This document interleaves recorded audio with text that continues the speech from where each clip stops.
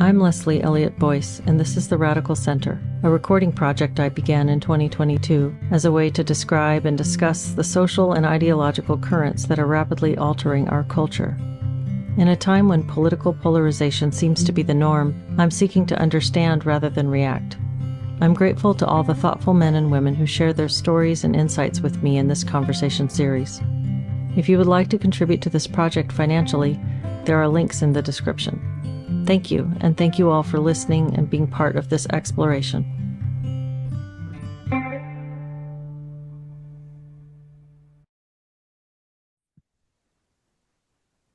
Hi, I'm Leslie Elliott Boyce, and today I'm speaking with Mazy Edwin. And Mazy, you reached out not that long ago. You sent me this email, and I'll read it just as an introduction to the conversation to sort of help frame it out, because you have so many interesting things to say. So you said, "Hi, Leslie, I'm a regular listener to your podcast and a detrans woman. Some of your recent episodes have made me feel a sense of urgency to contact you because so many topics stack up for me with direct experience. I survived a social justice cult in my professional youth outreach network, where I was personally targeted for being a white man during the George Floyd protests in Minneapolis, where I'm from. They didn't know I was trans at the time. I also run a trans and detrans support group on Discord and thought this would be relevant to your work and others tied to you like GenSpec. I've not found one group out there besides ours that is for both trans and detrans people. These demographics have a lot in common, especially medically in a niche where long-term impacts are only coming to light very recently, some of which are so dire it is life-threatening. I have survived a lot and have come out on the other side in the last year. I don't have an exact goal in contacting you other than hopes that I could be of help and share useful information." So thank you so much for reaching out. I mean, I think your perspective is probably, in some ways, it's a brand new thing that's unfolding in the culture. The sort of the way that we perceive and treat gender identity issues. And there's a generation of people who are going to have a lot of, be able to really understand a lot of what you have gone through and what your feelings have been and what your journey has been through this. And then there's a couple of generations before that are just completely befuddled and not really knowing what to make of it. So it's a really interesting moment things socially have pivoted so I want to say extremely, just there's been a big jump in a lot of gender things. And I've thought several times that whatever happens with trans, I think that there's this sense among some people that they're going to talk sense to the medical establishment. We're going to get this thing solved and it's just going to go away. And yet that can't be true, because there's so many lives that have been impacted by it, and so many people who are not going to give up this perspective and this identity. So it's a thing that we're going to be living with for a long time to come. And I just appreciate your openness and willingness to discuss your perspective. So thank you so much for joining me. Yeah, definitely. When you say some people think we're gonna deal with it and it'll be solved, are you envisioning people that are very pro-trans or people that are anti-trans or both? Oh, that's a really good question. That's a really good question. I think probably both, but I was thinking anti-trans. Yeah, yeah, I would say it's sort of both, but the first that probably comes to mind is those that are more anti-trans. I definitely meet people that, they find out I'm a detrans woman and they're aware of the culture where they're kind of plugged in to some degree or another. And it feels like they're rushing, and I don't even know if they know they're doing this. Like they jump the gun across so many assumptions, like they don't even know where to start. They don't exactly know what to really think of it. And they just kind of immediately jump to this, it's a little hard to put into words unless you kind of see it for yourself in person. Almost like this, good for you, you detransitioned, or like, oh, thank God you got out of that. There's variety to it, but like I think there's a genuine lack of empathy for people that I would describe as actually transgender. Like they have a medical condition. You could say it's mental primarily. I mean, I've split hairs over trying to figure out what's mental, what's physical, what else is going on.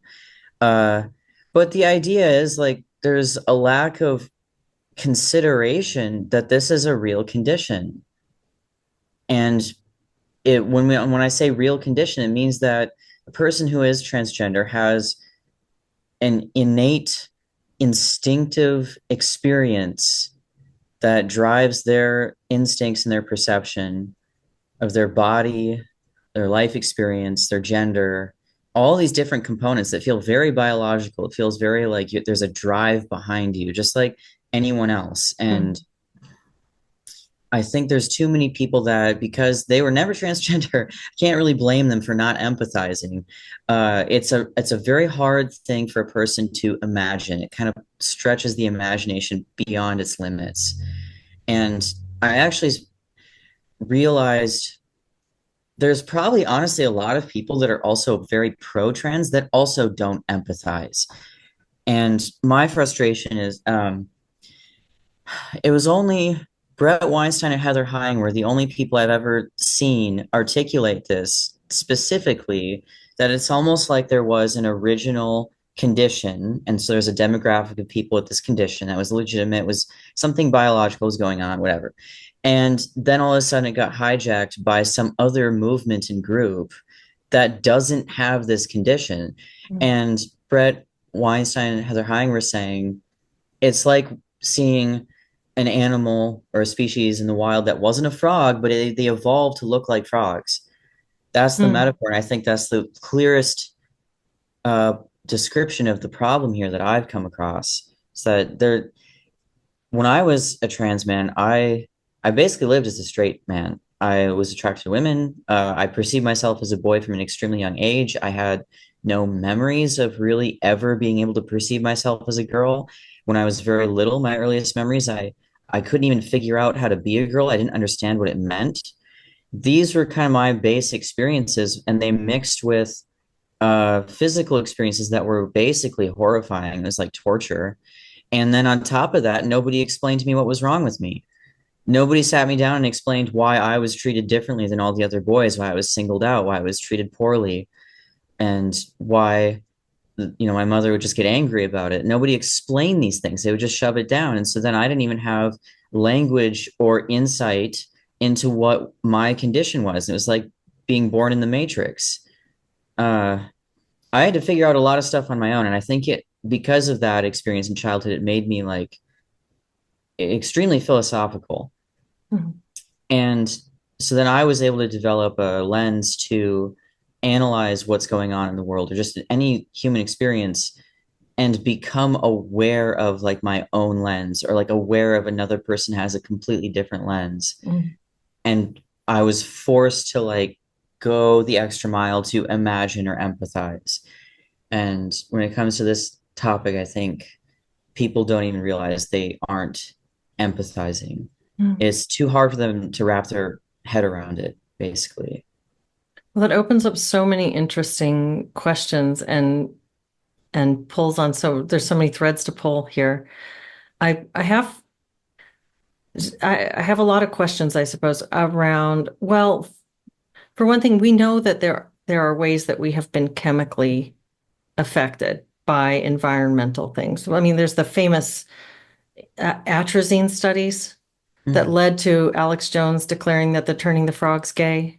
If you've seen these, if his, there's that really notorious clip, but the scientist who researched that found that the chemicals that were going into the water were impacting the hormonal development of water-based species.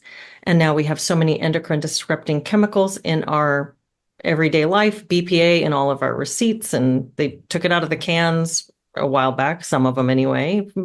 But we've been exposed to so many things that we've got testosterone dropping like crazy, fertility dropping, PCOS on the rise, other kinds of testosterone and estrogen based imbalances just like spreading like wildfire through us as we're exposed to all these things. And something I've wondered, I think I've talked about this before, but early on when I was hearing more and more about trans, I was doing a little bit of just PubMed research, trying to see if people have any theories on this.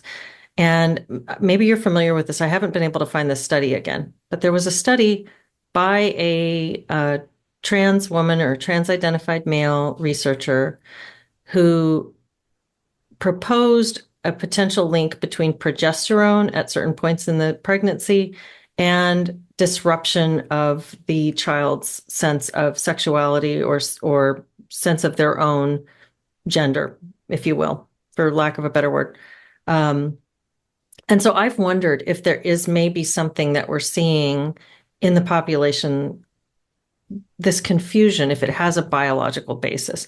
But then there's also the phenomenon of social contagion. And so when you see just a bunch of people from one friend group who all adopt this kind of way of understanding themselves or way of interacting with their identity, you have to wonder, is this something that they picked up socially? So I guess several different factors that seem to be at play. You'll hear from parents of trans-identified young people. She was always very girly as a kid, and then she started hanging out with this group of kids, and now she's changed her pronouns and her identity and declares that she, just like you said, you always thought of yourself as a boy. You'll hear parents who say, she says that now, but she never showed any of that to us. We were very close family and we never saw any evidence of that. She always liked girly things, et cetera, et cetera. So, and then there's the idea that gender is sex is not a social construct, but gender, that's argued often, that there's a social aspect to that. Like, how do we see things as being girly things or boy things? Those are just things we invented and then we attach that significance to. Like, maybe boys do have these certain interests and girls do have these certain interests in general, but there's so much overlap and there's more difference within groups than between groups, as we know. So I guess there are just so many factors. When I was a kid, I really wished to be a boy. I didn't feel like a boy, really. I just hated being a girl. And I can remember that. And there were things like my brothers getting to play sports and me not getting to play sports. The neighbor lady with the best climbing tree in the neighborhood who didn't let girls climb the tree. Only boys were allowed to climb the tree.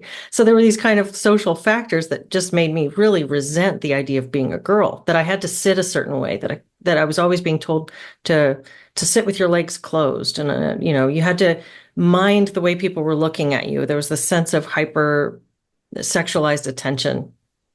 And my mom was a survivor of child sex abuse. And so she had a hypervigilance around that she passed on to me. And so there was this sense that predators were out to get you because you were a girl. So I just really hated the idea of being a girl and wanted to be a boy, but I didn't feel like a boy because I don't know what that would even mean. I just felt like me.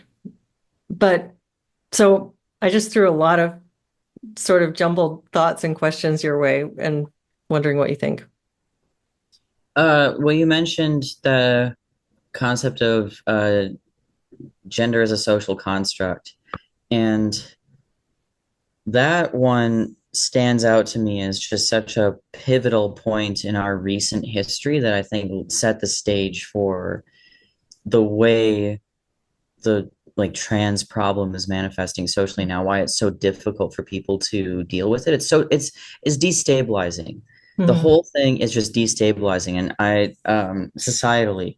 And I really do think that before trans was really recognized as such a wide social phenomenon where everyone's aware of it and everyone's thinking about it, uh, it was second wave radical feminism where I think this phrase originated. That was my understanding of it. And I was just pondering this because the phrase always bugged me so much as a person that I have this theme in my life where I keep experiencing something as being very physical, and then people try to say it's only mental. And that happens in so many categories, way outside of what you would even think is related to trans. That's happened to me in the medical system my entire life. Mhm. Even when, people say that women tend to have worse experiences in the medical system, and there may be some sexism in that. Mhm. I think that's reasonable to say. I don't think it's just feminists or whatever claiming sexism, but even when doctors didn't know I was a trans man or they naturally perceived me as a man, I still had these negative Mhm. experiences Mhm. where they would try to reduce things to being all in your head with Mhm. no physical component. To me, it seems like there's like some kind of widespread dissociation. I'm a very spiritual person. I became that way throughout my 20s. And it's kind of a hodgepodge. I would describe myself as like an interfaith person. And I started to get this weird experience thinking that the atheist movement was a dissociative movement. Mm, Uh, and so I guess to come back to that phrase, gender is a social construct, mm, to me sounds dissociative. It sounds like people are so divorced from being connected to their body fully in a deeper mm, way that would give you, I would say, more spiritual experiences, that they feel like they're just a brain in a jar. And so if you mm. feel like you're just a brain in a jar and nothing means anything and you're basically nihilistic, you might as well say that there is nothing real about gender. And I noticed this is really hard to think of. It's very counterintuitive. I'm going to try to lay this out. The phrase gender is a social construct, I think it has a hidden false dichotomy in it, like a false assumption. And the implication is that sex, no, the implication is that our behavior, our social behavior, has no biological reality. Everything we think of as social behavior is seen as either mental or as flimsy, transient, less real. But I would propose that we are social creatures as human beings by nature. Anybody who talks anthropologically will usually say that human beings are some of the most social creatures that we've ever identified. And then we travel in packs, and human beings evolved to be in a tribe, and we're vulnerable creatures in the wild. We're not like big and strong like apes or predators like lions. So we survive with our ingenuity and being very tribal and deeply bonded to each other. And I don't think anybody in their right mind would say a mother holding her newborn baby, feeling intensely connected to this baby, is experiencing a social construct. Yeah, I That think I this think is is, biological. I'm glad you're bringing it. I'm glad you're fleshing this out because I think that it's really, there's a lot of truth in that, that the way that we interact with one another is just a part, it's just as much a part of what we are as something about our biology. And I remember the first time I ever heard that phrase, I was in a mother's group and my sons would have been babies. Maybe I was having my second one. He's 11 now. So this would have been I think it was a pregnancy group online. I was doing this little online moms due date club kind of thing. And the other ladies in the group were talking about this. This is where it came up first. I heard one of them wrote this phrase down and I argued with it and I ended up kind of getting piled on a bit. And one of the most uh, vocal of the women in favor of this idea of gender being a social construct only also expressed displeasure that her sons were so boyish. She really, and this mom, um, we were Instagram friends at the time, and she dressed her boys in dresses and pigtails. She was queering her children all the way up and down. They had bright rainbow leg warmers and pigtails and dresses, and they were boys. They were all little boys. And she was disappointed with how manly or boyish and rough her boys were. So she had this idea that gender was just a social construct, and she was trying to counter that. And I would say that what you're saying is right. Like social construct, if you're using that phrase in order to invalidate the existence of something, then you don't understand human nature. I would say that there are cultural elements to the way that we push people from different genders, like this cultural element. You see the way boys are treated in school is very different than the way girls are treated in school, for instance. There's a lot of repression of masculine energy in young classrooms, in classrooms of like kindergartners, first graders. The little boys are pathologized and medicated out of their hyperactivity, which is actually just kind of a normal part of being a little boy. And then girls are treated in different ways that also suppress parts of them or push them into certain directions. And I would say that there's that the truth behind that statement is that there are cultural elements to how people try to cultivate gender, but what you're saying is, I think, spot on. Yeah. Well, and you've also made a couple of references to childhood, and I would say then I was envisioning the school system being like boys being medicated in the school Hmm. system. And that reminded me of just the fact that my childhood kind of organically matched a lot of those boyish features. Hmm. So I am, at this point, I would say I'm psychologically androgynous in a lot of ways.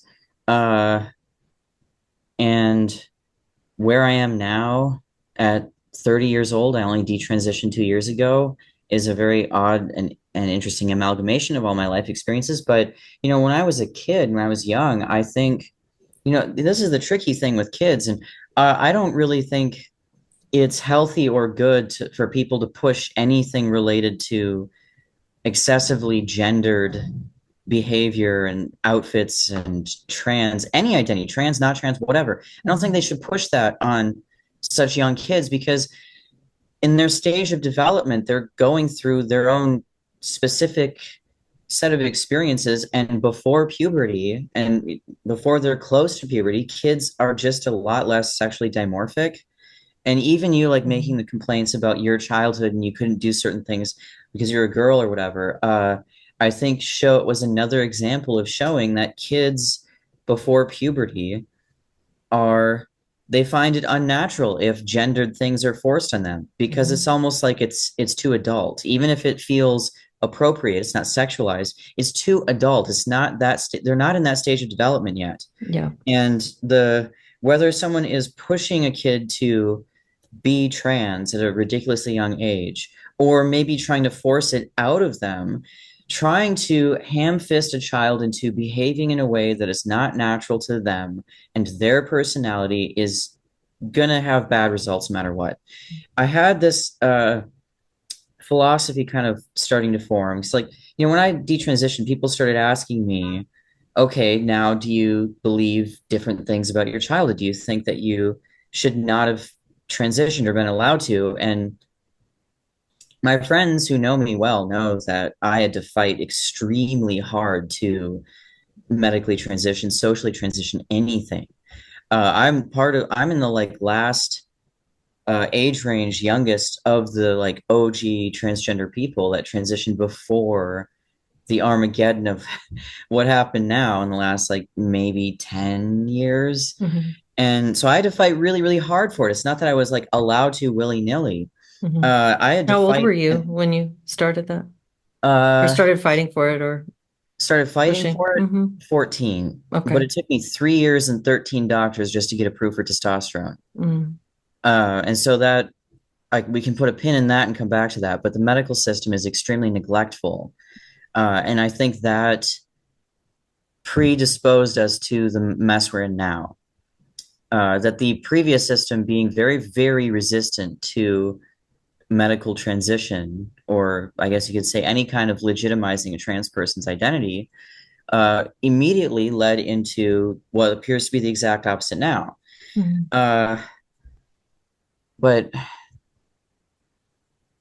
I think I lost my other tangent I was on. So I might just continue with saying this piece about the medical system. Yeah. And if you remind me something, I'll come back to it. But I think the medical system in both scenarios was extremely neglectful. And and if you remember earlier, me saying that I think a lot of people genuinely don't empathize with trans people. This is an example of a lack of empathy, that they're not trying to empathize and, imagine and etc. Because it really seemed like a lot of people lacked curiosity about my condition and what might actually help. They lacked curiosity in general medically. They lacked curiosity about doing any kind of medical investigation of what is this person experiencing that's led them to this condition. Maybe you don't understand this condition. Maybe we want to view it as a mental condition. I honestly didn't even care. By the time I was 14 and I was like desperately looking for answers, I was in a dire circumstance. And I had very extreme physical pain. And by the time I was about 13, I started to develop chronic fatigue. And so most of my life, I have been kind of a medical mystery. And once I had discovered transgenderism, and I went to the library and started looking for answers of reading about things, and I found this book called As Nature Made Him, the Boy Who Was Raised as a Girl. And that was about the story of David Reimer in the 70s in Canada, I believe. Mhm. He was a twin boy, and he had a botched circumcision, Mhm. and one of the doctors suggested they raise him as a girl. And it was basically this was Dr. John Money. It's been a while since I remember the exact details of the story, but a lot of people have heard of this story now since the anti-trans backlash became really big.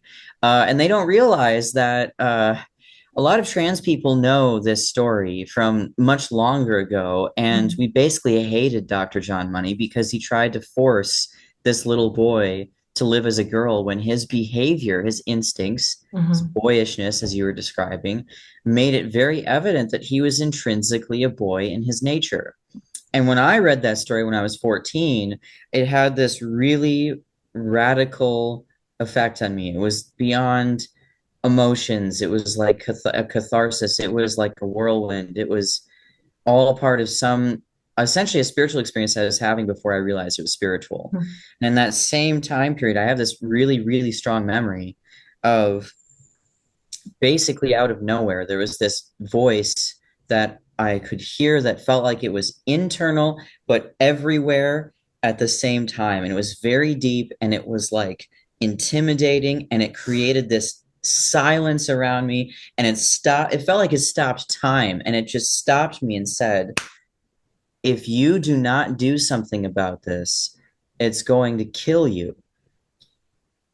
And I just immediately knew instinctively I could feel what this voice was talking about, and I believe that voice is one of my spiritual friends calls it the inner voice.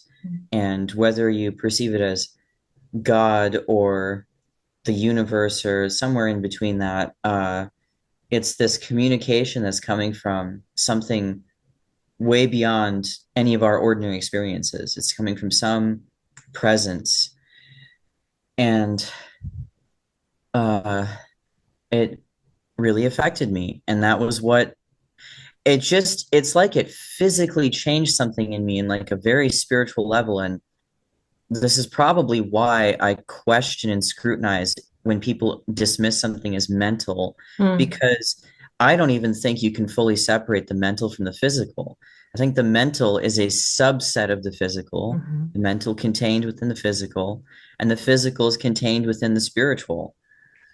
And that experience ignited this fire within me, and that's what led me to be unrelenting. I became obsessed with saving my life because I had this extreme physical pain that got so much worse. I already had this like extreme body horror from a young age. Some of my earliest memories when I was about 5 years old, I thought I was going to die, and I guess my reaction at the time was to be at peace with it. And I just laid down and closed my eyes and I said, okay, I guess here it is. And then now I'm a teenager and something physically is horrifically wrong. Mhm. And all of these experiences, I think, just entrenched this transgender condition Mhm. more and more and more and more. And on top of that, in that time period, my mom was very aggressively denying it and rejecting it and trying to stuff it down. So, of course, I'm going to relate personally with David Reimer. Socially speaking, I had the same experience as me. Mhm. And I finally found a condition, transgenderism, that at least offered me something, some kind of Mhm. explanation for what was Mhm. happening to me. And so I guess maybe to bring it back to like you mentioned chemicals in the water and maybe some biological thing going on. I 100% think that's a very important piece of information to investigate.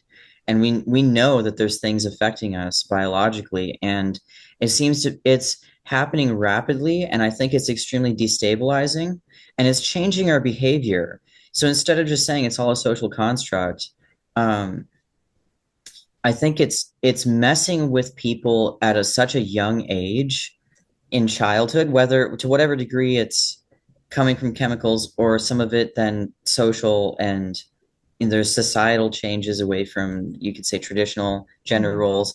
Things are Mhm. changing so rapidly. It's extremely destabilizing. And uh, I think there's an identity crisis because of that, but it is not going to be as simple as saying it's all a social contagion, Mhm. ban all trans medical care, and we're done.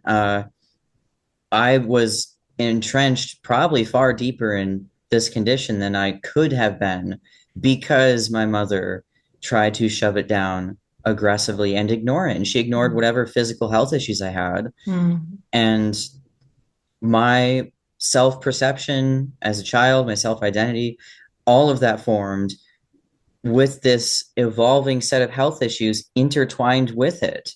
I So never you, had a normal childhood experience as a girl. I had no idea what Mhm. that was like. You had all these experiences that you didn't have a working thesis to explain, and nobody was helping you to understand it. And then when you discovered this idea of transgenderism, that made the most sense with what you were working with. And when you tried to talk about it, nobody gave you a better working thesis. So that stayed kind of your that was how it got entrenched. That's how you decided that must be the answer. Yeah, and I've gone in circles at times trying to determine, I guess, my worldview now, my perception of what was happening to me now that I'm detrans, because uh, so I had a really intense spiritual transformation on March 5th of 2023. And Mm, in the ensuing couple of months after that, that led to this detransition that was basically just happening to me. I didn't even choose it. It just was like the whole sweater was unraveling. mm, And I was just finding all these really odd things happening, and it was really intense. And it's like I was thrown into this roller coaster where then some of the features of my like idiosyncrasies, behavior and perceptions and dreams and all these different things were changing in ways that I couldn't even describe in words. Because I lived as a man for so long, and I had a consistent experience all my life, and my childhood was basically this confusing matrix that was just torturous, and I escaped. I escaped when I was 17, and I lived in a youth housing program, and I saved my life. And so by the time I was 28 and this stuff is all unraveling, there's far more going on than just the like gender related experience. It really has to do with almost everything in your life. mhm, Your philosophy, your worldview, your politics, your the way you relate to your friends, your personality, psychology. I mean, I just it's almost impossible to even pull any of these features apart as one particular thing. So like it's I had to figure out how to recontextualize some of my childhood experiences because my base narrative was it had to change. It didn't make sense anymore. There was no mm, way it could just be the same and I'll be detrans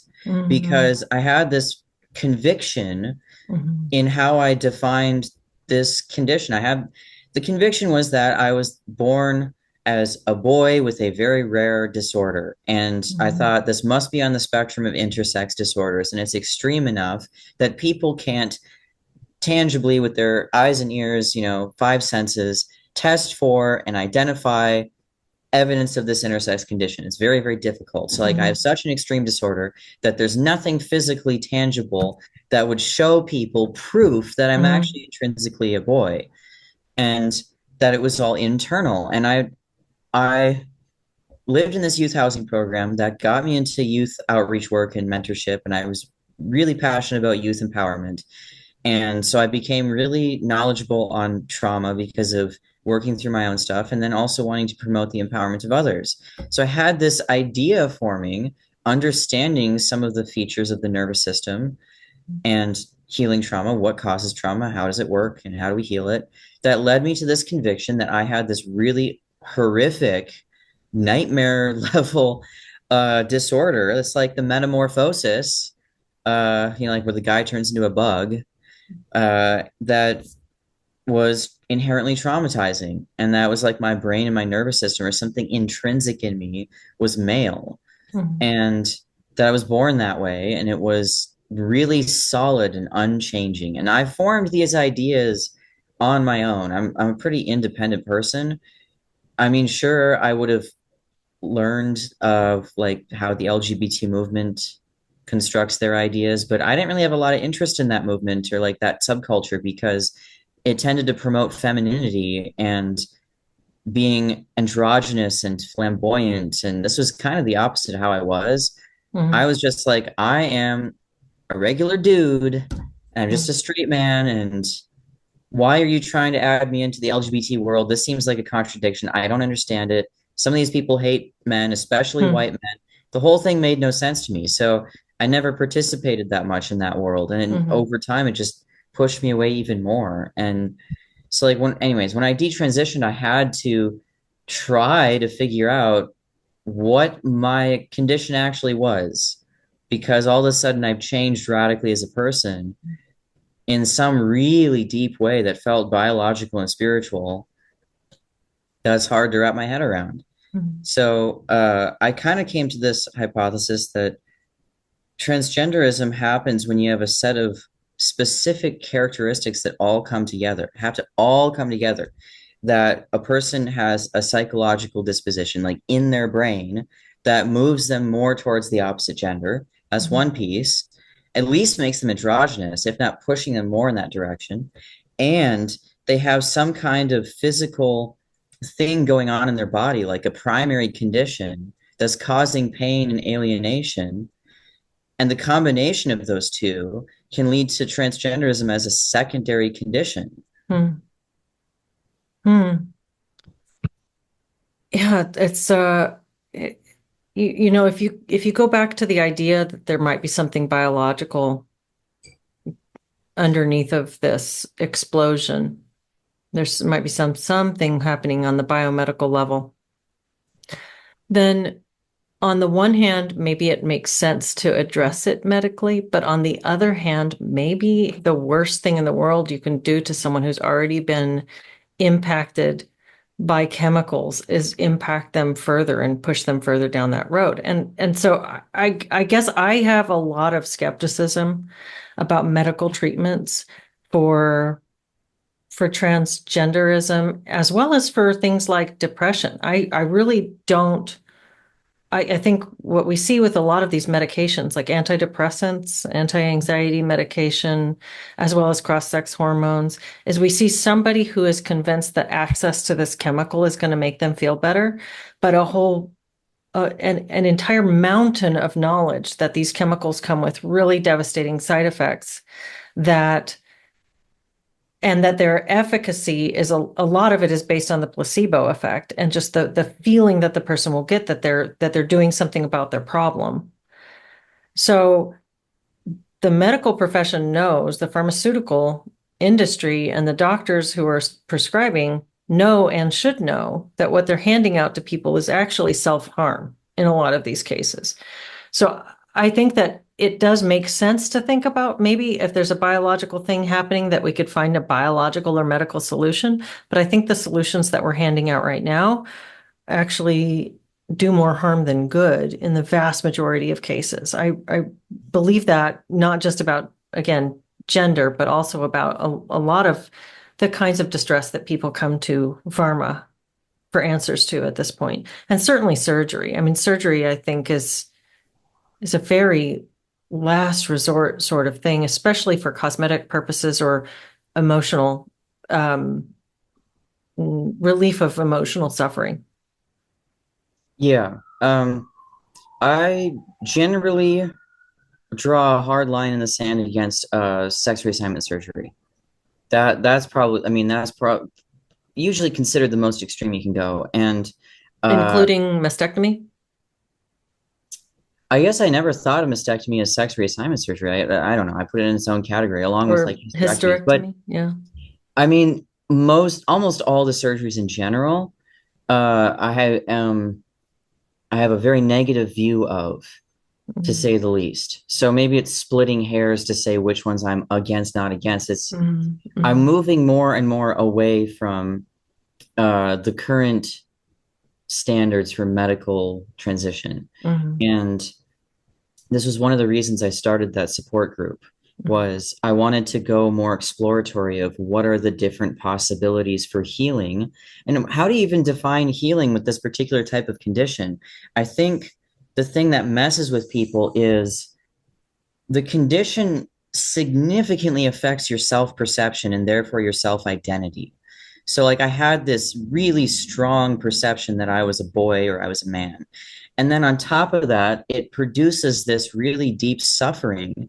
When I was growing up and I was getting into the teen years, uh, I remember learning about puberty before it happened to me, in school and all that stuff. And I was kind of horrified by it, but then I sort of like, uh, I went on a roller coaster and then I concluded this is what's going to fix me. I thought puberty was like this thing that was supposed to fix my body and I would be a normal boy at that point. And then I was Mm. extremely wrong, not Mm. just in the obvious ways, but that when I went through puberty, I think that played this fundamental role in like the really bad physical pain I had. I had inflammation, like my face was puffy. I felt really sickly. My joints hurt. Mm. I would sleep a lot. I got chronic fatigue, and which lasted from ages 13 to 25. And I wasn't even diagnosed with that until I was 21.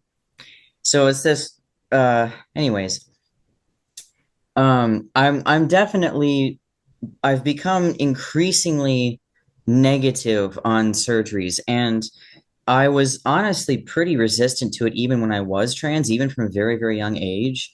Because I was doing research to understand what's out there, what's the condition, how do I get help, and it seems like when people establish the idea, okay, I'm transgender, I have this condition, one of the first things they do is go look for medical help to treat it.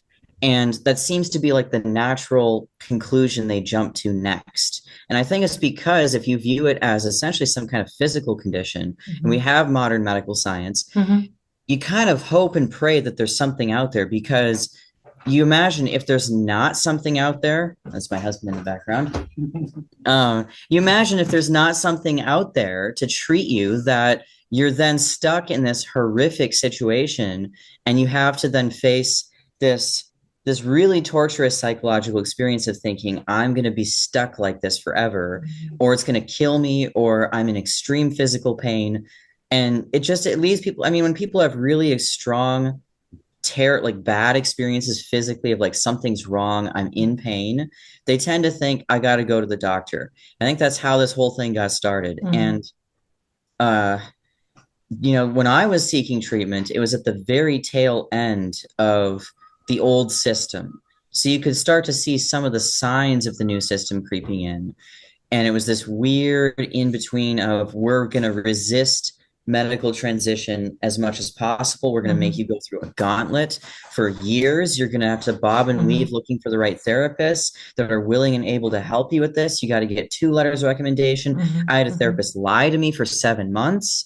I mean, this was honestly torture. And if I was being run through this medical system gauntlet, basically being denied right, left, and center, this was just inflaming the current experience I had throughout childhood with my mother denying things. So I Mhm. just experienced this constant extreme denialism, and Mhm. this only made the condition So worse. the resistance just built up the conviction. Desperation, Mhm. because I felt like nobody could see what I could see that was wrong with me. And Mhm. in the long term, I've in kind of investigating things retroactively. I would, think about something like, well, I experienced that, and then I would Google it, and then I Mhm. would talk to Mhm. people, and someone would tell me something, and just at random, all these little Mhm. tidbits would happen, and it's all of a sudden something would hit me really hard. And like for example, I just a few months ago found out from a simple Google search that chronic fatigue is comorbid with endometriosis. It's very, Mhm. very common Mhm. comorbidity. Mhm. And I had already found out from a couple of different people around me that, so one of my friends, she has endometriosis. Mhm. And when we were talking about things, when I was starting detransition, she said, it sounds like you had endometriosis. Did you ever Mhm. consider that or get Mhm. tested for it? And I said, no, because I wasn't given any medical treatment as a kid Mhm. or as a Mhm. teenager. My mother would just deny everything. And, the worst thing that she did was say, that's normal, you're a girl. And so it's Mhm. just this like repeat, almost Pavlovian Felt very association. dismissive. Yeah, and also this Pavlovian association with female with all of the things that were torturing Discomfort, me. bad things. Yeah. It's really I I can't believe more research isn't being done on some of these things. Like the generation, your generation, and starting just a little before you and going on still has been subject to so much novelty and sort of social and medical experimentation. I mean, we have, like we talked about the hormones. We notice how many endocrine disruptors we have just floating around us. Um, grow Bovine growth hormone in the milk. That's, now for the past, what, 10 or 15 years, they go to great lengths to stamp on the milk that that's not being used because we know how bad that was. And that was in at a time when milk, it does a body good, and everybody's supposed to be drinking gallons of this stuff, and it's full of growth hormone. So what does that do? Not to mention, in 1986, we saw an explosion of vaccines enter the childhood vaccine schedule. So it went from just a couple of shots that kids were supposed to get to, now it's crazy. It's like 72 doses by the time you're 18. You're going to get if you follow the CDC schedule. Yeah. And so there's all this medical stuff that's happening and all this chemical stuff that you're being introduced to. And then social media comes around in like the late 90s, you get the internet, and then you get social media, you get MySpace and Facebook, that it slows it takes away boredom from childhood and it gives the child entertainment. But the entertainment is all self-reflection. It's all, what about me? What's my profile? How do I think about myself? And there's so much encouragement of that introspection and so much time for it. Instead of being productively engaged in things or sent outside to go play, you're safely entertained in your home by thinking about yourself and about your own suffering and it's just, it seems like there are so many variables that created change for the generation that's in young adulthood right now. And I don't even know how you'd begin to untangle that web, but to some of these things like gender confusion, it seemed like they could have their roots in any one of those and maybe some constellation of those factors. Yes. Well, some of what you've described too has it brought to me the image more of Gen Z. So I'm a young millennial. Mm-hmm. Some people would say I'm a cusper, and I resent that because I was called millennial for so long. I'm not changing it now. It's what millennial is, like 95 through what, 2002 or Millennial something. is nine. Well, it was already changed once, apparently. I didn't even know this. Oh, maybe I'm way off. 1980. It starts in Oh, 1980 and it okay. goes through like 99, but Okay. it used to be 85. I didn't even know that. My sister's 10 years Okay. old. She's millennial too, but Okay. I've always uh been really bad with this generation thing. yeah. I don't even know what a boomer is. I don't know what that means. It just sounds like it's a general term for old person, but Yeah, baby. My parents are young baby boomers, and I'm a hmm young millennial, and my sister is hmm like a mid older millennial. hmm I know I'm Generation X, and somebody said that to me recently, or I guess it's probably like a year or so ago. They were like Gen X, and I'm like, what does that mean? Like, I'm trying, I know this is like the language of the internet right now. Everybody knows the generations, but I'm a little weak on that. So, but you feel Yeah. like you're kind of you're close to the end of the millennial generation. So things that affected the following, which would be Z. Z is after millennial. So things that affected them, you're kind of like you're experiencing a little crossover from things that affected millennial and things that affected Z. Yeah, I probably am. But I mean, I feel very, I mean, as we look at cultural associations, I feel very millennial, Mm, and it may just be that I'm a bit old fashioned in some ways. mm, Uh, so it's splitting hairs to really overanalyze some of those things because there is definitely between younger millennials and Gen Z, there's been even statistical things shown that like there's actually almost a it's not I don't know if it's a backlash or just a pendulum swinging the opposite direction, but mm, there is a trend in returning some old-fashioned things or just that there when you said there's so much novelty, mm, that there is this stereotype of progress that I think was really strong in the 20th century, and we're finally past that era, the stereotype of progress. What is the next Mm, new thing technologically, socially, culturally, especially if it's rebellious against an old thing, that it's mm, automatically better. And I would say from people around mid-millennial and younger, there's a lot of ways in that people are starting to swing a totally different direction from that.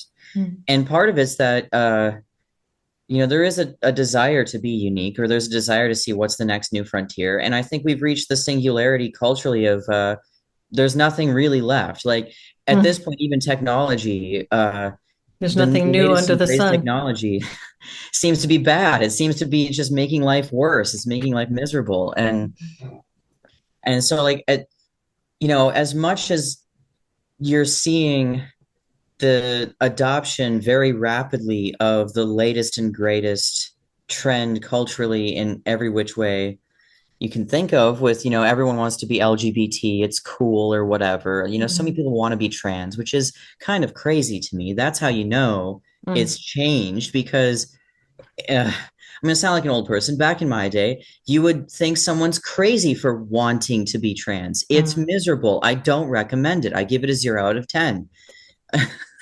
It's not fun. It hurts. It's physically and mentally painful. You're completely separated from the general population. I spent almost my whole life dealing with and coming to terms with, in a very slow progression, the idea that in this fundamental way, I am separated from everyone else. mm, All my friends get to grow up and they start to look cool and attractive, and their body just works. And I mm, didn't get that when I was young. mm, And so the idea that a lot of younger people now, we're talking like Gen Z, or even, I don't know, younger than that, wanting to be trans, and that's a cool thing, mm, is very strange to me.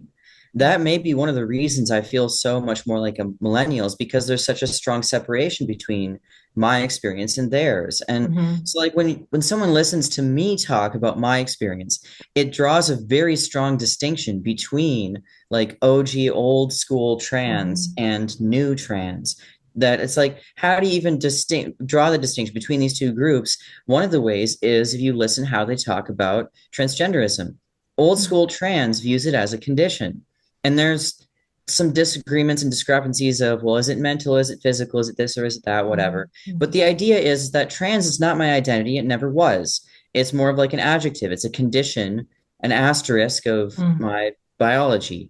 The identity was being a straight man. And mm, once I mm, transitioned medically, socially, and all of the above, mm. and I healed a lot of my issues mentally, and I came to terms with what my childhood was, how destructive it was, and understanding what had happened to me. I basically moved on and I just lived my life. That reminds me of something Blair White said at some point about how the trans is a method of getting to where you go. It's not the identity in itself. And so now you see a trans as an identity itself. And so that does mark a very different perspective.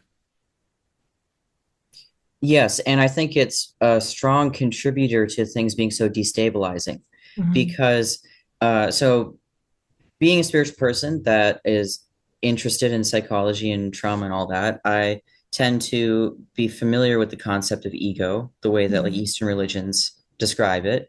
Um, and I think that people who identify as trans as their identity Mhm. are going through a process where they over time are developing an ego that is built out of trans, whatever trans Mhm. is. Whereas I would argue I was a lot more stable in being able to develop my identity as a man, and that Mhm. trans was a condition, and it was unfortunate. So I had this really distinct separation where the things I was going through physically that were painful, it felt like something was intrinsically wrong, all were then put into trans. Like that was a medical condition. And it was separated from my identity as a man. So I was able to integrate into regular society as best I could and be a regular human being and make the most of a shitty situation in being essentially a regular straight man like anyone else. Is like Mhm. the majority of people are either a straight man or straight woman. That's just statistics. And then after that, you have gay people. And we've Mhm. kind of gotten to a point in society where we have an understanding of that and we accept it and life is good, we move on, whatever. Mhm. But if you can't fit into that general paradigm and figure out where your position is in your personality, socially, how do you relate to others? Because relating to men and women is very different based on your gender and your Mhm. Mhm. presentation of how androgynous or uh, Mhm. standard you are and how you present. That plays such a huge role in how you socialize that people really do need to figure out where they stand and how they're going to interact. And if you Mhm. can't figure that out and you're forming this oppositional identity Mhm. where everything relating to gender is this rebellion Mhm. against cis heteronormative society, then you're always going to be in an unstable position. And that is why I think people are starting to see it as culty, is Mhm. that, when I say some other group hijacked my condition. This is a theme with social justice. Is I think it started out as feminism, and then specifically intersectional feminism, Mhm. and it started to be very parasitic, and it started to hijack other movements and trends and phenomenon that they saw as politically useful for their own Machiavellian purposes. And so it's completely parasitic. It's like when you see the ant with the mushroom in his head. Mhm. The ant is now being puppeted by the mushroom, and this destroys all of these other movements. And there's a somewhat smaller podcast I started listening to called Based Camp with Simone and Malcolm Collins, Mhm. and they're pretty, I would say, conservative. They're very unusual people, very interesting to listen to. Mhm. If someone is up for people that are probably more anti-trans, more conservative. Mhm. Um, and they had a really good insight where they said that left wing, like social justice as a parasitic movement, leftists broadly, what they do in their methodologies is take over other movements if they see it as useful to theirs, if they can puppet it effectively, and then that movement starts doing the bidding of leftists. So they basically will say, we're the crusaders of trans people, we're the crusaders for black people. I mean, just for women, Mhm. you go down the Mhm. list. Mhm. And once that group is puppeted effectively and they do all the work for the leftists, eventually that movement is poisoned. The well is Oh poisoned yeah. in the eyes of the public, and they take the fall. So now they can trick the public into attacking LGBT people, black people, women, etc., Do you attacking some picture other group like instead of leftists. leaders of this, or do you think it's more of an emergent phenomenon, like just a social parasitism, or do you picture actual, somebody's pulling the strings at the top? I think it's gonna be very hard to discern to what degree it is either of those. Hmm. And you might have to do that on an individual case by case basis to even try. Hmm. I'm basically a cult survivor. And that I was in a very unique position when I was a youth mentor and I worked in nonprofits in Minneapolis. I'm from the George Floyd capital. Hmm. And uh, I've seen some of this stuff up close and personal in the most extreme forms possible. Even some of Hmm. my friends were so lost and alienated because they didn't know what to do about what I was going through and what I was subjected to, Hmm. even though we're from the Twin Cities and we're familiar with a lot of this stuff. And so I've witnessed people pushing social justice ideology in a very extreme form and very left wing political and economic beliefs. And uh, it gets extremely hard to determine what is authentic because the more, I mean, this is just general cult stuff too. I don't know if it's that specific to this ideology. It's cult stuff where uh, the belief system becomes more and more extreme. So then it Hmm. separates the group over time from the rest of society, and Hmm. it defines the group as its own entity with these extreme beliefs. And if you're willing to keep conceding territory and sacrifice more of yourself and your old life for these increasingly extreme beliefs, you're making a choice. And over time, I think it kind of corrodes your soul. And it, on an individual level, it makes you, well, you could say literally two-faced, as in you have two faces. You have an external Mm, face, a mask, a puppet that says certain things to the outer world, to others in your cult, and an internal experience as well. mhm, And there comes a point where when a person is lying to themselves, and that's what we call brainwashing, because mm, then they get so used to it that there's a therapist on YouTube that's very small. His name is Daniel Mackler. He's an amazing thinker, and I still remember his video on the difference between lying and denial. It really mm, was very profound. And he said, lying becomes things we don't notice anymore. mm, So I'd say that if you go into a social justice cult that's very extreme, it's easily definable as its own entity, there's some boundaries on it. You could go one by one to each person and put them on a scale between deliberate nefarious actor to mm, naive and brainwashed. And mm, there's a lot of ambiguity there because people get used to a dishonest environment. It really, when I was being personally targeted in the cult, it felt like I was being put through Soviet struggle sessions, literally, wow. like Chinese Cultural Revolution. It was very specific. I told these things to other people that, I would meet some online. Helen Pluckrose ran this group called Counterweight for a while. Yeah. Yeah, and I think that interacted with the formation of Critical Therapy Antidote. Is this other? I don't know if are you in that group? Yeah, I with critical therapy antidote early on, and then I volunteered for Counterweight doing peer support. So yeah, both of those groups were fantastic, and CTA continues to be fantastic. Yeah, this has been so long. When I was still transgender, I was known as Mhm. Jack. That was my real name. But uh, I used to talk to Jennifer Friend. Oh my So gosh, I think we met. me and I you, think we did meet. I believe I'm wondering, I think maybe I was in a session with you. my online name at Oh, the time was Nemo Sundry. That was my musical yes. stage name. Yes. One time we were in a group together and you were very nice and very reasonable. Uh, Yeah. I remember now that is so funny. What a weird Yep. like yeah, what a weird Yeah. connection. Yeah, I Yeah. remember. Jennifer Friend, she started and headed up the peer support arm of Counterweight. And she got a couple of us from CTA involved so that we could help out with that and also host discussions and help individuals and groups work through their stuff. And so I can't remember who else would have been in that group, but I do remember you now that you say that. There's been something Yeah. familiar about you this whole time, and now I can.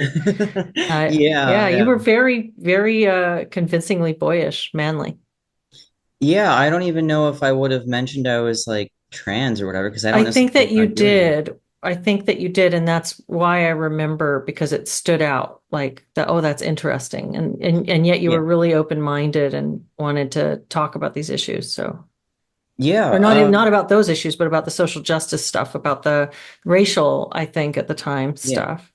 Well, that was, yeah, because I mean, George Floyd was happening and I Yeah. was personally targeted. So, things had shifted in social justice in the 2010s to be less focused on gender and more focused on Hmm. race. And Hmm. then they shifted Hmm. after 2020 again Hmm. to trans and like LGBT, but Yeah. especially trans stuff. And that was partially because I think I could see the anti-trans backlash bubbling up and really it was ready to explode. And I saw the early signs of it in fall of like 21 in Hmm. counterweight and some Hmm. other spheres. And I kind of pulled away because I was still trans and I just thought at the time that some people my husband says the phrase terminally online. That's the new Hmm. phrase of the day. Hmm. And Yeah. some people were getting very obsessed in an unhealthy way with fixating on transgenderism. And Hmm. uh, that I eventually just left counterweight. And, uh, I wish it would have gone a different direction because it felt like people were getting a bit aimless too, and it would just kind of turned into like memes on the internet. But it was also I had a frustration of not knowing where to go with my life because I felt so lost in general in the bigger Hmm. picture Hmm. that I didn't really know exactly what we could achieve online if we're all over the country. I started to feel like, I'm a very Mhm. social person, and Mhm. I felt like there was a fundamental limitation if you're all over the country and you're online, that Mhm. I wanted to figure out what I could do in person Mhm. to make a difference. And essentially like a counter movement or the counter culture. And this has been something that's thematically on my mind, has been this way for a long time in one way or another, in ways that I didn't even fully make the connection. When I was Mhm. much, much younger, around the time I moved out of my parents' house, I got into this youth housing program. I found some philosophical things online and discussing like economics. And this was very niche, but I'm, as you can tell, a niche person. And I got really into economics and I became an anarchist. Mhm. And part of it was that I was naturally anti-authoritarian from my childhood experiences, that like I viscerally reacted against my mother and some Mhm. other things around me. And I had a lot of experiences in childhood where a lot of the adults surrounding us were just kind of anti-child. Mhm. And this created this environment that made me very anti-authoritarian. And so I became an anarchist, and I ended up finding a movement online that was physically in person. It's called the Free State Project. Mhm. And everybody moves across the country and goes and lives in New Hampshire. It's a bit obscure. Unless you're Mhm. in the know, you wouldn't know. And that did not work out. It's a very Mhm. unstable movement, but it is interesting to see all these years later, post 2020, there's a lot of different kinds of groups that effectively, I think, are searching for their tribe. It feels like there's Mhm. there's so much confusion and ambiguity that there's a lot of people are very isolated in a lot of ways. They don't really have their tribe. Mhm. Even people who are very social like I am, we have a lot of friends that don't exactly know each other. Like I have a friend here and a friend there, and they don't always like meet. Mhm. And there's this searching for your tribe and a desire to even go more like reintegrate into nature. Let's build our homestead community on some land. Mhm. Let's leave the Mhm. city. And, there's Yeah. so many different kinds of people ideologically, I culturally, know that there's are been doing this. such a splintering of American culture is very nomadic and insular, and we tend to have, your parents are from this state, and then they had you in this state, and so you have this really like, how far do you have to go back to even find roots? And so there's kind of a desperation for those roots and that sense of belonging that I think is really it's a really powerful force in a lot of people's lives.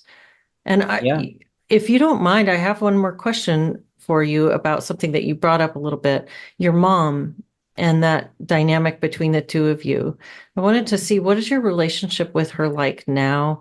And what would you have done differently if you could go back and rewrite history and um, be in your mom's shoes? How would you have handled a kid with the issues that you were bringing to her in a way that maybe would have helped young you more get through what you were going through? So I didn't talk to my mom for 13 years. Mhm. And when I told my dad I had this profound spiritual, I have a close relationship with my dad. And Mhm. so I told him I had in August of 2023, about 2 years ago, I told him I had this profound spiritual transformation, and it led me to detransition. And this was all very, very new to me. Like I remember first hearing the term detransition a couple of years prior and being just completely confused, like not even understanding what it meant. My Mhm. brain couldn't wrap my head around it. I'm like, why would someone do that, basically? And so I told my dad, and then he started talking about our Mhm. family, and it was extremely emotional for him. And I honestly, I don't know what I was expecting. I feel like it was such uncharted territory. I couldn't imagine anything in particular, but I Mhm. wasn't expecting him to be so emotional about it Mhm. either. So that was pretty significant. And then he started talking about my mom, and I was just in a extremely vulnerable state then. And I went through this like extremely volatile roller coaster in Mhm. all areas of my life in that first year of detransition. Honestly, I don't even know how to define when it Mhm. starts and ends. Mhm. But for about a year, it was extremely destabilizing. Also because it got medically messed up. Oh So gosh. Yeah. that's a whole big thing. And in my That. interview just over a year ago with Benjamin Boyce. I went into some of those details. Oh. But so then my dad started talking to my mom again. And to be honest, I had long moved on. I didn't hate her. That had all faded away a long time ago because I freed myself. And once I freed myself and I felt empowered to be a human being, not just an adult, but treated as a human being with respect, that like I'm not just someone imprisoned under the thumb of an authoritarian that Mm-hmm. doesn't get to be a full human being. I finally get to be a human being. And Mm-hmm. that had been established such a long time ago that I had moved on. And it just never occurred to me to talk to her again. But then my dad mentioned this stuff, and I was just like, Dad, why would you bring that up now? This is just very vulnerable. It's really vulnerable. It feels really strange. It felt really weird. And uh, you know, I ended up talking to her twice in person starting last year. And so it took a long time for my like dad. I got to the point where because he had put the idea on my mind, said like, well, I don't hate her. I don't have animosity anymore. It's been so long since all this stuff happened. Mm-hmm. I've lived a whole life with this crazy journey. It feels like I'm on a different planet. It feels like trying to remember something from a completely different life, like Mm-hmm. reincarnation, which Mm. I actually think of the detransition thing as basically reincarnation for me because it was so Wow. radically different. Yeah. And in a like I literally will talk with my friends, my husband about Jack and Maisie as two different people. Mm-hmm. That's the natural and organic psychological way that we've come to view it. Because there were such strong differences between us. There's overlap. My friends tell me there's similarities, but I almost feel like I'm the descendant of Jack because Mm. I was born as a woman who was already 28. No childhood as a Mm. woman, as a girl, Wow. no lifelong journey, just all of a sudden born as a 28-year-old that looks like a man, but I'm a woman. And I have all these memories of this man named Jack. And Mm. that was the experience. And so like talking to my mother again just threw another disorienting Mm-hmm. factor into it that is it's a little bit hard to put into words, I suppose. It might take me honestly a pretty long time to even figure out how to talk about these things in an Mm-hmm. articulate manner. Mm-hmm. But if I were to do things differently than she did, um, say if I was in a similar position as her with my kids, it's a little easier to imagine it as me and Mm-hmm. not literally my childhood and I my Yeah. mother. That gets tough. But like if it's me with my Mm-hmm. say daughter, young daughter or Mm-hmm. whatever, um, the first thing I would do is not push in any particular direction. That's like, you might find yourself in a situation that you see a red flag of, uh-oh, something could be happening here. Mm-hmm. Sometimes you don't know exactly how to respond in the first moment. So like you got to figure out what to do that's going to cause the least amount of damage. That's Mm-hmm. not going to get you down a path and get you stuck in a rut you have to get out of later. And so I would say that I want to allow my child to express themselves however they are naturally and Mm-hmm. not put on them any particular rules that to them feel arbitrary. So You what know, about demands for social transition, pronouns, names? Would you, as a parent, would you go along with that or would you stick to, because that's different than self-expression. That's a yeah. demand of other expression. Well, I think that's a kind of a different situation at that point because now you have a third factor, which is other people, other adults being involved that Mhm. are making statements and demands. Well, And I mean, just if your child comes to you and says, I am identified now, I'm trans, and I want you to call me Jack, and I want you to refer to me as he or him. So now the child is not saying, I want to be allowed to express myself. They're saying, I need you to express yourself in this way. So, Mhm. and I know that's a really tricky one for parents who, Yeah. because they're forced into a binary choice. It's either I affirm or I deny instead of this third place, which you kind of want to go as a parent, which is to allow the kid to grow through what they're growing through without necessarily solidifying it. Allow them the room to kind of play this thing out, but not be in a position of taking a stance on it? Well, when you first asked the question, Mm-hmm. uh, I was imagining kind of a repeat of my situation, but with me and my daughter, whatever, which Mm-hmm. would be that it's very strongly led by the child is the one expressing these things. And Mm-hmm. because I would grew up in the time period I did, there's not a lot happening around us socially Mm-hmm. to give those cues or push those things or introduce the child to ideas. Yeah. So if we're talking more broadly and not Mm-hmm. necessarily just like literally my childhood Mm-hmm. on repeat. There's it's very context sensitive depending on how old the kid is. Mm-hmm. And I really, in the bigger picture across all different ages, when things might go awry or this issue comes up, uh, I would want to minimize uh, getting stuck in situations that force me to voice a strong opinion on it Mm-hmm. because and if they're old enough where they're starting to do the self-identify thing, which usually seems to be happening in preteen years where and early teen years where it's really really Mm-hmm. popular. Um i i don't want them to get pushed further into a destructive path Mm-hmm. because they think I'm not affirming. Mm-hmm. And Mm-hmm. so it does, I'm sure for a lot of parents it probably does feel like a Wild West standoff. Mm-hmm. And so I'd probably ask questions to learn more about it. And asking questions is a little bit of a life hack that Mm-hmm. allows you to not reveal your position. Um, and I would want to know what their experiences are. And it's a little bit puts my mind in a pretzel because I constantly have to remind myself that what they're going through is unlikely to be similar to me because times have changed. So Mm-hmm. my first instinct would be to ask them, do you have any physical pain?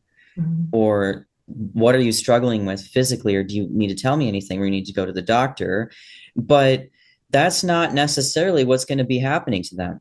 Mm-hmm. So I think it's in the initial stage of like if this comes up and arises as an issue, it's very context sensitive to whatever, like if maybe I get cues of their whole friend group it's happening, and that's going to put me down a certain path of how I interpret it. Mm-hmm.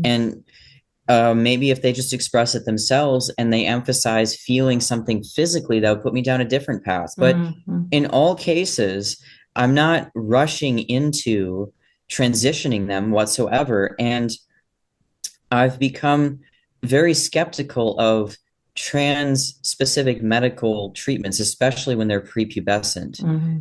That doesn't really make sense to me. And I don't think the surgeries in general are at all helpful to people. I think it's at best a coping mechanism because these surgeries, I had a radical change in my perception a year after detransition, Mm-hmm. where it's like my like visually things changed, like something like tangibly physical Mm-hmm. changed, where I Mm-hmm. started to like one of my friends had a relative who was a trans woman that did all the surgeries and everything. And she seemed to be suffering this trans woman seemed to be suffering very deeply. And so Mm-hmm. I was hanging with this friend and seeing this trans woman. Now I'm detrans.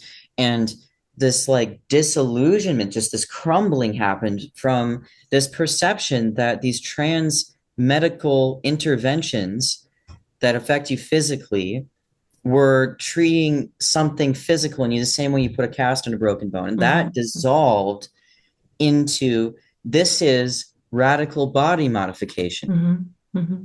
And so I would like to find any kind of treatment possible that prevents a person from being dependent on radical body modification. Mm-hmm. So, and once you're walking backwards Mm-hmm. down from the trans rabbit hole backwards from okay, no sex reassignment, that doesn't go well for trans men. It's life threatening, by the way. For trans Mm-hmm. women not so much, but they're lifelong medical patient tending a wound. So you walk backwards, okay, well now other surgeries not so good, probably bad. There's lifelong consequences for these things, and then you walk backwards even further and you start to question that like everything because uh I had a total hysterectomy and oophorectomy, It removes Mm, the uterus and the mm, ovaries mhm, because it was medically recommended at the time for a long period throughout the mm. 2000s and the 2010s that if you're on testosterone long term, you should get a hysterectomy within Oh, 5 years oh, wow. because uh, testosterone damages the uterus and it can cause endometriosis, which Yeah, was particularly crazy to think about retroactively because it's very possible I already had that you were already dealing with that. endometriosis. Yeah. Yeah. So Wow.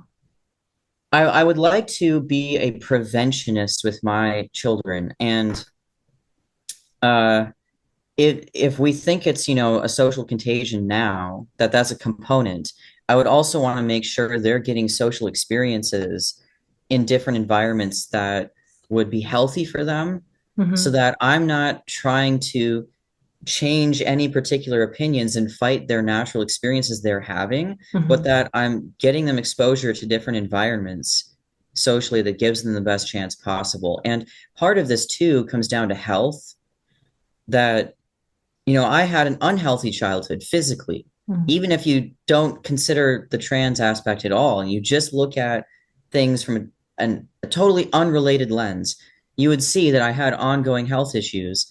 And my family was very sedentary. Everyone in my family is obese except me. I was underweight for the majority of my childhood, and I was very borderline underweight into adulthood until I detransitioned. So I would like to promote health in childhood that like encourage them to play. Hmm. Uh, we're probably going to homeschool our kids. And one thing is to make sure they have a childhood full of play, physical play outdoors in nature Hmm. with other kids. I think this will naturally take care of a lot of the different myriad of variables that are alienating us from our human nature. That it Hmm. seems like there's this endless list of variables. It's like overwhelming to try to grab and So it goes understand. a lot deeper than just how you would respond to that one particular question. It's sort of setting up a dynamic that proactively addresses the sorts of experiences the kid might have that would lead them to that conclusion about themselves. Setting up a Yeah. different relationship and a relationship with themselves, with nature, socially, and with you.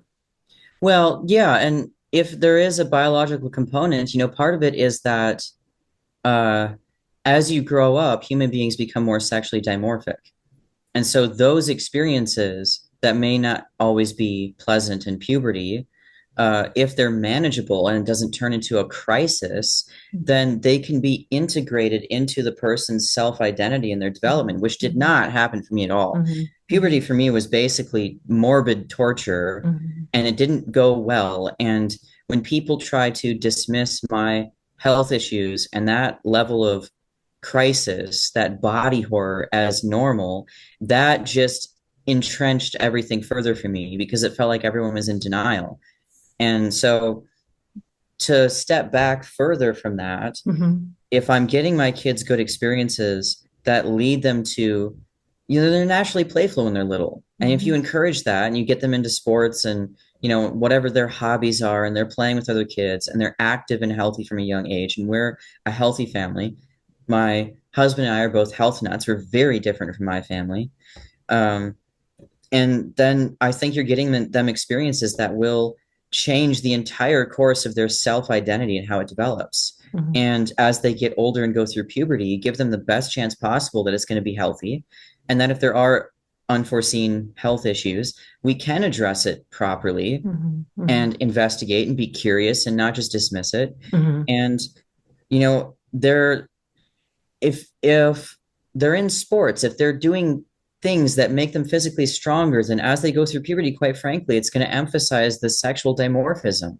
It's going to emphasize the things that behaviorally feel sexually dimorphic. Like when you're saying mhm, boys are naturally hyperactive. Hyperactive is a label mhm, that's, I think, fueled by the school system because it's kind of implying that them being active is unusual. We have to call it mhm, hyperactive. mhm. They're supposed to sit down at a desk in school all day and look out the window and fantasize about playing in the playground. Yeah.